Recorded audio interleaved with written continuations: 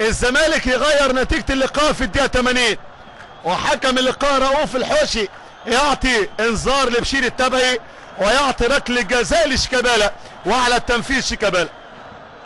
هداف الدوري المصري شيكابالا، محمد العربي شيكابالا وركله جزاء للزمالك والهدف الثالث. مش ممكن شيكابالا.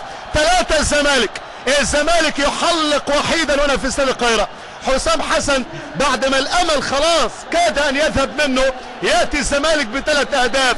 الزمالك في تلت ساعة حول النتيجة وغير المباراة من 0-0 الى 3-0. هي دي قيمة الفرق اللي تملك يعني قيمة البطولة. تعادل امام انبي، ثم تعادل امام الاسماعيلي، ثم خسارة امام الجونة، ثم الفوز لحد الان 3-0 على سموحة. قرب خلاص من ال3 نقاط. ان لم يكن نقدر نبارك للزملكاوية في الدقيقة 95. لقاء قد يصل الى 100 دقيقة على غرار لقاء النادي الاهلي اللقاء الماضي. دوري ممتع، هدف ثالث جميل، ركله جزاء، نتيجة ثقته بنفسه، نتيجة كورته العالية. حقيقة شيكابالا يعني برغم ان قيمته كبيرة